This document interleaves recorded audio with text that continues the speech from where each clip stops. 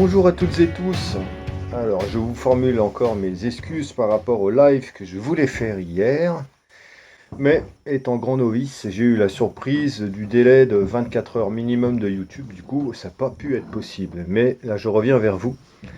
Car j'ai fort envie de faire une petite vidéo. Et bon, on verra pas encore ma tête aujourd'hui. Je suis pas équipé pour, mais ça ne saurait tarder. Alors, on se voit dimanche soir pour le petit direct. Et là, je vais voir un petit peu. Est-ce que mes guides, vous êtes OK? Les anges, l'univers, enfin ce qui nous entoure, ce qui est là, pour nous en dire un peu plus justement sur,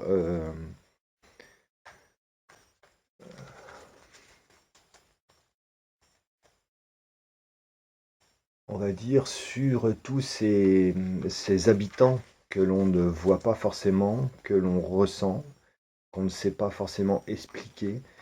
Est-ce que tout ce monde du subtil, tout ce monde qui est à côté, toutes ces choses qui nous entourent, est-ce que vous avez des choses à nous dire par rapport à ça?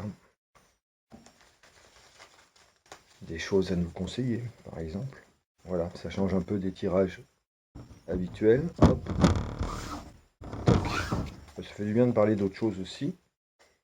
Et en même temps, tout est lié. Donc.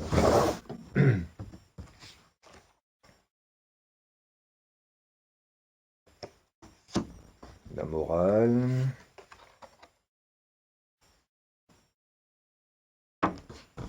Le conditionnement. Le silence.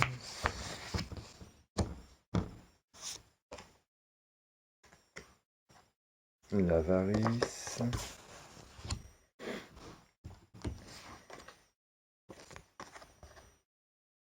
C'est rigolo. C'est rigolo. Alors, bon, en fait, c'est simple. Hein. Je vais pas vous apprendre grand-chose, là, j'ai l'impression. Mais on va quand même faire le tirage. Alors, attendez. Comme ça. Il faut que je me trouve un truc pour tenir mon téléphone. Donc, la morale ici dans l'inconscient. C'est en fait là le message il est limpide dans le sens où avec la morale, il nous est indiqué, si vous voulez, que on fait un blocage, tout à chacun. On fait un blocage par rapport à ça, parce que simplement c'est dans notre comment on appelle ça, dans notre éducation, si vous voulez, où cette sphère-là, clac, clac, clac, clac, clac, clac, on nous a coupé les antennes, hein, et on vient avec l'ego, le mental, donc la morale. Il est pas moral de parler de ça, des entités, des fantômes, des machins, parce que tout ça c'est de l'ordre du subjectif, comment on appelle ça, je trouve pas trop mes mots non plus ce matin. C'est pas réel, ce qu'on ne peut pas toucher, on ne peut pas le vérifier, ce qu'on ne peut pas voir, on ne peut pas y croire, etc. etc. Et c'est vrai qu'on a bien été éduqué en ce sens, hein, où la morale, il fallait suivre la morale, et ça c'est vraiment dans l'inconscient collectif quelque chose qui est encore très prégnant, et qui du coup ça va jouer le jeu en fait de toutes les manigances, tous les pièges dans lesquels on risque de tomber, parce que on est coupé, si vous voulez, de nos. C'est comme si on était coupé d'une part de nous, et une des parts les plus subtiles. euh, et clairement, le ressenti, en fait, pour le coup, est totalement mis à l'écart quand on parle de morale. Hein. Ça fait pas bon ménage, les deux, ensemble. Donc là, vraiment, du moins en ce qui nous concerne, il y a du taf encore dans l'inconscient collectif. Et c'est rigolo parce que, enfin c'est rigolo, façon de parler, dans la matière, donc, ou plutôt dans ce qu'on connaît, oui, on prend bien compte que le conditionnement fonctionne et il est à son comble, hein. Le conditionnement, il est à son comble et, euh,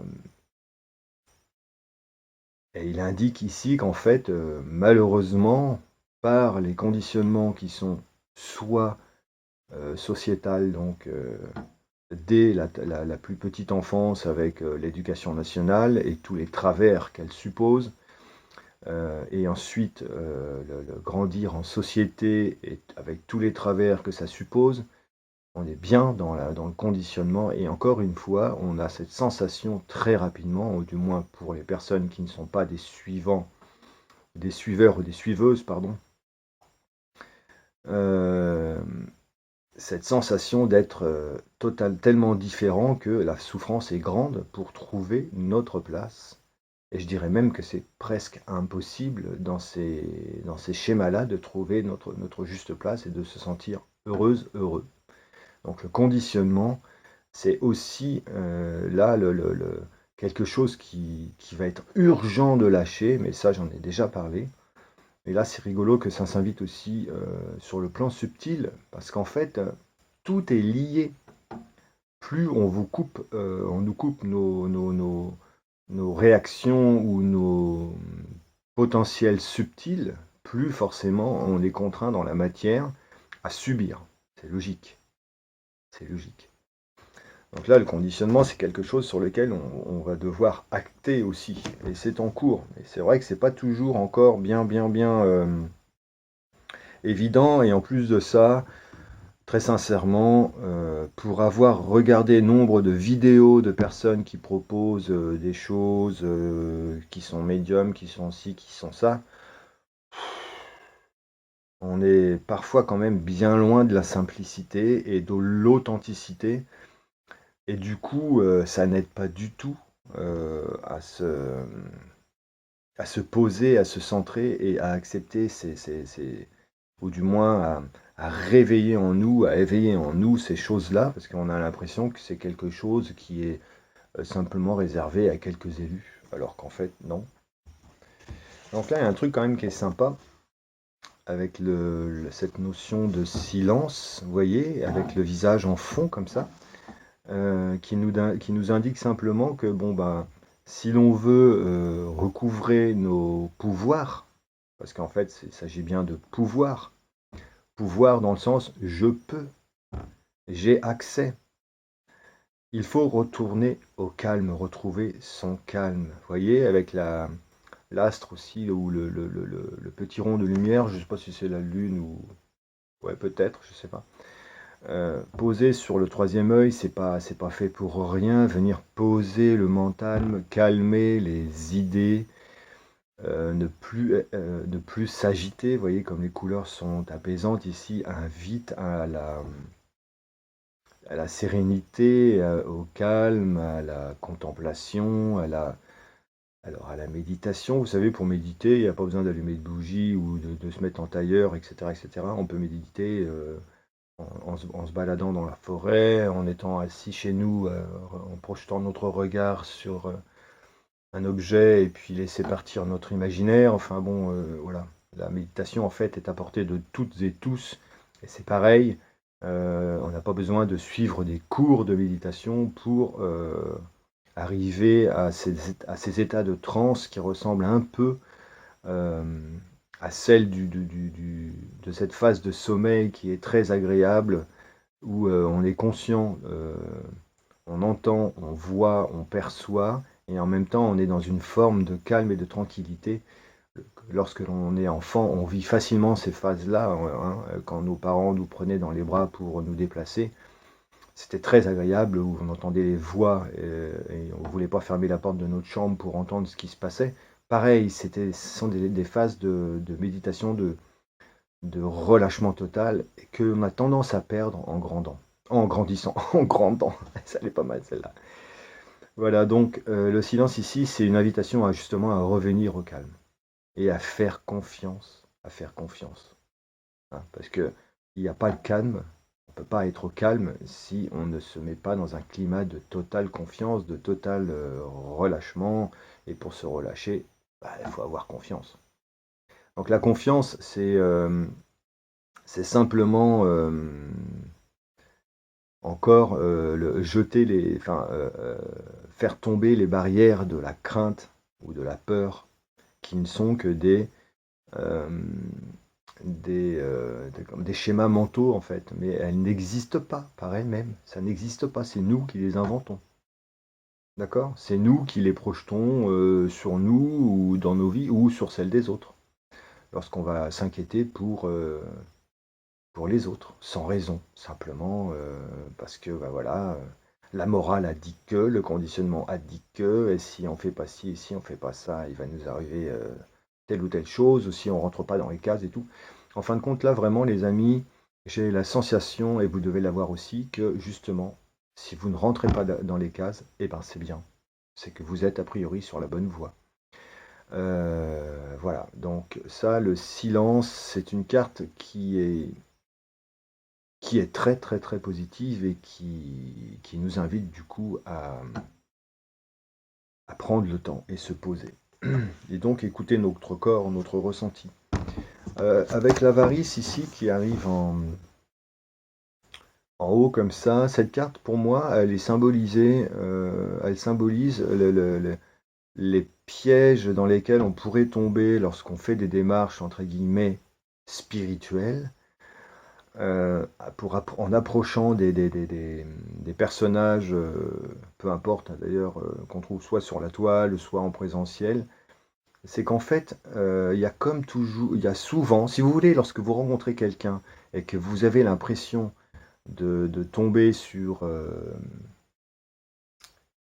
un cliché, où c'est décoré d'une manière exagéré, où la personne a 3000 bagues et 150 bracelets, enfin je sais pas, j'essaie de trouver, oui, des choses comme ça, ou un look de ouf et tout. Méfiez-vous parce que euh, c'est pas gage j'ai envie de dire, d'authenticité, hein, voilà. C'est un peu comme, mais ça concerne d'ailleurs tous les métiers, hein. Plus on est dans la démonstration, plus on a besoin d'être entre guillemets reconnu dans ce que l'on fait. Et peut-être, je dis bien peut-être, que moins l'on est comment efficace et authentique, hein. Donc je pense que pour tout ce qui touche aussi ce domaine-là, il y a une histoire de don et de partage et de sincérité. Et donc c'est une rencontre, c'est encore une histoire de rencontre, tomber sur les bonnes personnes qui n'ont pas peur qu'on leur pique leur trésor ou qu'on vienne les embêter avec cette image-là de cette carte de l'avarice. En fait, si vous voulez, c'est comme si le partage était un peu tronqué, un peu tronqué.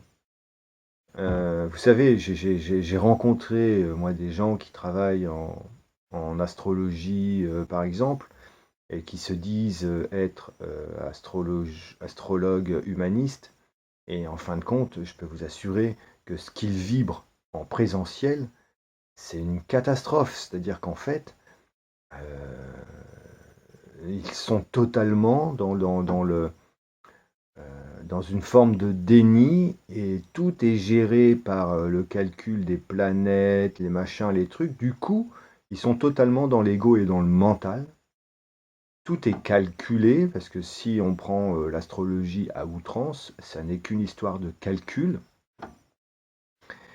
Et donc, on a affaire à des gens qui ressemblent un peu à des machines, entre guillemets, spirituelles, où le cœur est totalement absent. Et ça, les amis, c'est pas du tout, c'est pas conseillé. Donc, j'ai envie de dire, fuyez lorsque votre corps vous le demande, ou lorsque quelque chose vous gêne, fuyez, fermez la porte en disant excusez-moi, je me suis trompé, et puis allez voir quelqu'un d'autre. Parce que le partage, en fait, il doit être fluide. Ça doit être quelque chose de très fluide et vous devez vous sentir bien tout de suite avec la personne. Et donc là, en synthèse, la banalité, ça nous dit juste simplement que toutes ces choses des plans subtils, pour lesquels nous avons été plus que diminués, sont en fait que la représentation de la banalité, c'est-à-dire de la normalité, de l'évidence, du bon sens. C'est quelque chose de complètement, comment dirais-je, en tout cas par rapport au rythme de la vie, de l'existence, ce sont des choses actées et banales. Il n'y a rien d'exceptionnel. Il n'y a rien d'exceptionnel. Donc, c'est aussi une invitation, si vous voulez, à prendre du recul par rapport à ce qu'on pourrait vous raconter sur des projections, sur ce que peuvent transmettre certaines personnes sur la toile en disant il va arriver ci, il va arriver ça, parce que ci, parce que ça, parce qu'en fait, euh, c'est beaucoup plus simple que ça, en fait, si vous voulez, lorsque vous avez une information, euh, c'est très important d'essayer de la regarder, de l'écouter, de la voir et de la prendre dans sa globalité et de se poser la question à savoir, est-ce que c'est véritablement fluide? Est-ce que cette personne a quelque chose à gagner à nous faire entendre ça? Est-ce que cette personne n'est pas dans une sur-exposition de son ego et dans le déni simplement du fait de jouer une parade ou de jouer un rôle qui n'est véritablement pas celui du partage? Encore une fois, euh, ce qui est indiqué aujourd'hui à rythmer nos vies, c'est la pensée venant du cœur, et même pas celle de la représentation, mais celle du cœur, l'élan du cœur. Je vous assure que ça, c'est vraiment l'énergie sur laquelle nous devons aller, et c'est ce qui va tout faire basculer. C'est pour ça que les délais, on ne peut pas euh, on peut pas véritablement les donner et comment, et les sceller dans le marbre en disant, bah voilà, à telle date, il va se passer ci, il va se passer ça, parce que en 2035, ça sera mieux, parce que, bah voilà, nani. Non, c'est faux. En fait, c'est totalement faux, ça. Comment, le chemin possible peut être. Le changement peut se faire, mais très très vite. Très très vite. Encore une fois, en n'obéissant plus au dogme de la morale, en sortant du conditionnement qui sont quand même vous voyez un peu c'est les mêmes couleurs, il y a les contraintes ici, elles sont balèzes, hein. Quand on est sorti de ça, on peut revenir au calme, au silence. Et du coup, c'est le monde que l'on balaye, c'est le monde que l'on déconstruit lorsqu'on sort de ces énergies et que l'on s'invite au silence, du coup, au calme, pour pouvoir lâcher tout ce qu'on croyait qu'on devait garder comme ça, comme un peu comme comment ça s'appelle le truc de Molière là. L'avare, vous savez, voilà, oh, ma cassette, mon truc, je veux que personne ne touche à ça, j'ai peur qu'on me le pique et tout. Ce sont les peurs mentales, comme si j'allais tout perdre si je dévoilais qui j'étais, ou je sais pas, enfin, il y a une énergie comme ça qui demande à lâcher, à ne plus avoir peur et à arrêter de jouer les faux semblants pour revenir sur le chemin de la banalité, donc de la fluidité, de la vie, de l'existence, de la grâce, de tout ce qui nous entoure et de la conscience. Quand on vit en conscience, on découvre autour de nous tant et tant de choses que c'est tellement beau que franchement c'est juste magique et très agréable à suivre. Donc les plans du subtil sont là, ils existent. Ils existent et nous, avec nos projections, nos réflexions, on démonte tout ça Parce qu'on imagine que comme on ne voit pas, comme on ne ressent pas, comme on ne peut pas toucher, ça n'existe pas. Alors qu'en fait, ça existe bien. Ça existe bien. Je veux dire, moi, et ça j'en parlerai sans doute avec Didier, mais j'ai vécu des expériences, et je pense que vous aussi, chacun de nous a vécu des choses. Euh, Lorsqu'on commence un petit peu à en parler, ben, on voit bien que il n'y a rien d'exceptionnel et on explique du coup plein de trucs, des schémas de vie et des gens qui se retrouvent dans des situations dramatiques, qui se retrouvent entre guillemets en asile ou en suivi psychiatrique alors qu'en fait elles sont pas du tout à leur place. Mais pas du tout, pas du tout, du tout, du tout. Donc c'est quand même violent, hein. La morale. Donc le conseil. Ah, il veut le faire en trois, ok. Ah, génial.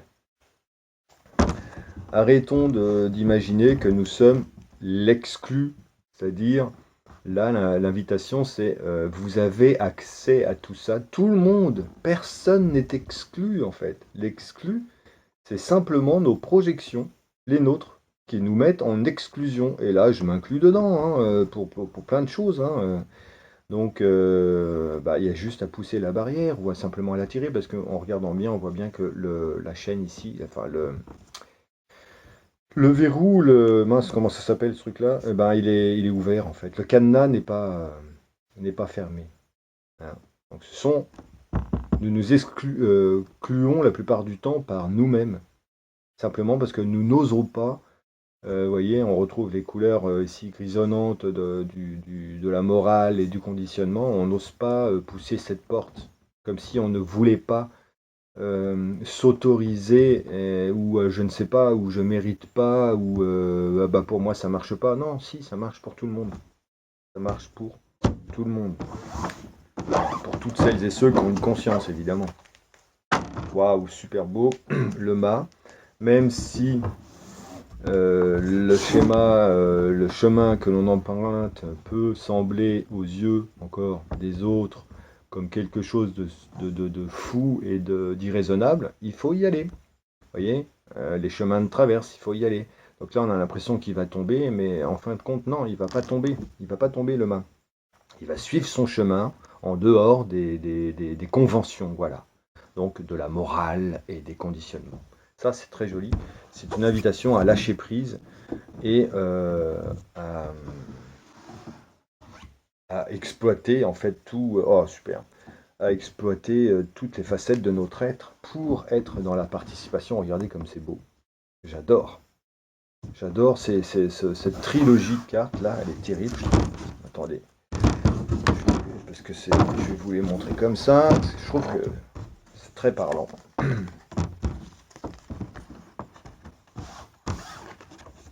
Voilà. Vous voyez?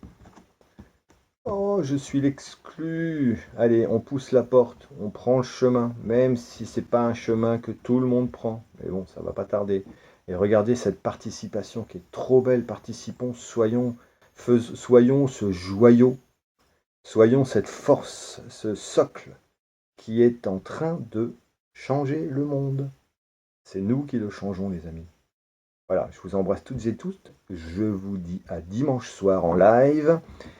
Et je vous fais des gros bisous. Je vous souhaite de passer un excellent week-end. Et n'oubliez pas, vous êtes des étincelles, des personnes extraordinaires.